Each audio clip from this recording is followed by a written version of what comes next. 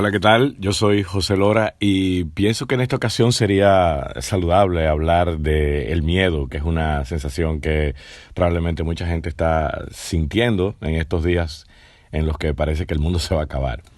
Y bueno, el miedo es una de las emociones principales que siente el ser humano, es una emoción básica y de hecho es la más estudiada porque es la más antigua.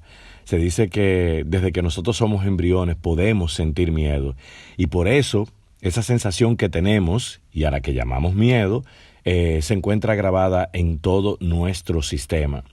¿Y cuál es la razón por la que sentimos miedo? Bueno, según lo describen muchos autores, es la incapacidad que tenemos los seres humanos de enfrentar una amenaza. Es decir, si no tenemos las herramientas suficientes para enfrentar eso que surge, nos vamos a sentir intranquilos porque no sabemos precisamente cómo lo vamos a enfrentar. No es lo mismo ver una serpiente en un área rodeada de un grueso vidrio o verla en el jardín de tu casa suelta en caso de que le tengas miedo a las culebras. Y así que volviendo a la definición, el miedo no es más que la desproporción que existe entre la magnitud de esa amenaza y los recursos que nosotros como seres humanos disponemos para resolverla. Pero bueno, gracias al miedo, la especie humana ha sobrevivido porque se ha protegido de cosas que pudieron haberle extinguido hace muchísimo tiempo. Ahora bien, ¿qué podemos hacer para enfrentar el miedo? Muchos dicen que exponiéndose a eso, que le tenemos miedo. Quizás esa es una. Pero aquí les tengo algunos puntos que probablemente nos pueden ayudar a mejorar esa sensación tan desagradable y a veces paralizadora que nos causa el miedo. Deberíamos saber primero que hay un miedo que viene de algo real. Hay un miedo que puede ser producto de la imaginación. Así que esta sería como una buena línea de partida, un buen punto a descubrir. Si mi miedo es real, tiene base, después de haber observado, tengo razón en sentirlo, proviene de algo que está ahí y que no sé cómo enfrentarlo. O si por el contrario, mi miedo es imaginario. Un ejemplo de miedo irreal es que oigo un ruido en la noche, mientras estoy ya dormido con las luces apagadas de la habitación, que es un ruido que no es familiar para mí, entonces comienzo a imaginarme cosas y a hacer un guión en mi cabeza que hace sonar mis alarmas, cuando en realidad no es nada del otro mundo y todo, bueno, es producto de mi imaginación.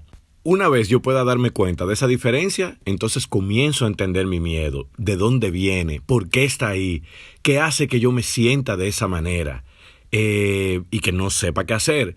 Y ahí comienzo a dar otro paso que es entenderlo. Mucha gente puede decir, por ejemplo, que le tiene miedo a los aviones, pero realmente no tiene miedo a los aviones. Lo que tiene miedo es a lo que pueda pasar mientras está dentro del avión. También hay gente, por ejemplo, que son claustrofóbicos y no les gusta estar cerrado en un tubo de metal por un periodo de tiempo X, o también le tendrán miedo a estar con mucha gente, incluso hasta morir. Por tanto, una vez entiendo mi miedo, en este caso que no le tengo miedo al avión en sí, puedo entonces buscar posibles soluciones, o por lo menos quitarme o quitarnos ese estrés gratuito e innecesario que produce el miedo cuando no lo puedo entender. Y entonces pasamos a hacernos otras preguntas. Por ejemplo, ¿qué puedo yo hacer con ese miedo? ¿Qué voy a hacer con esa sensación?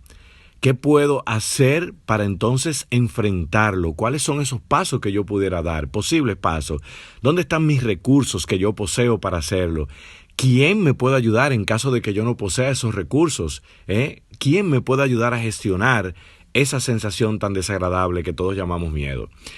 Y cada vez que nos preguntemos algo, pues puede ser que surjan respuestas, aunque no sean de manera inmediata.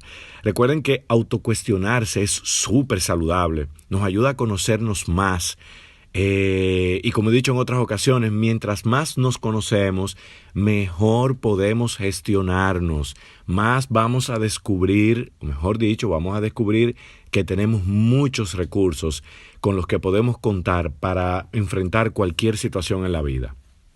Otro paso que podemos chequear es, en caso de que sea una noticia que nos dé miedo, que nos cree inseguridad, ¿de qué fuentes yo me estoy informando? Y hoy día, con las redes sociales, tenemos fuentes que son muy confiables, pero al mismo tiempo hay mucha gente que comparte información que no es veraz, creando más alarma y por tanto generando más miedo en mucha gente. Por último, otra herramienta que podemos utilizar es pensar en algo que yo pude enfrentar en el pasado, ya sea reciente o no tanto, cómo lo enfrenté, qué hice, qué cosas de las que hice me pueden servir en esta ocasión para yo enfrentar mi miedo. Y al fin y al cabo, lo ideal sería encontrar un equilibrio saludable entre esa emoción, en este caso el miedo, y la razón. Y si nos observamos cada vez más y vemos cómo actuamos, cómo reaccionamos frente a las cosas que nos suceden en la vida, quizás estemos dando un buen paso para enfrentar nuestros miedos y para entenderlo. Y una vez más, poder afirmar que la vida puede ser mucho más fácil de lo que parece.